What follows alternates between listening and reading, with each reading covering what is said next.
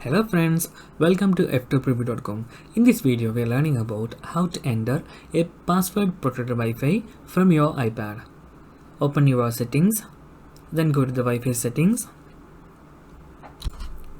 Select Wi-Fi, and if you turned off the Wi-Fi, please turn on. You can see there is a list of available Wi-Fi. Then select it and enter the password.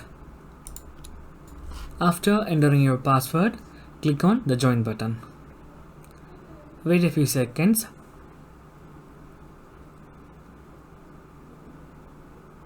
Okay, now you are successfully entered that Wi-Fi connection. You can also see a Wi-Fi symbol on status bar. If you like this video, please like, comment and share this video to your friends. And also don't forget to subscribe my channel for getting more videos. Thank you so much for watching. Have a nice day.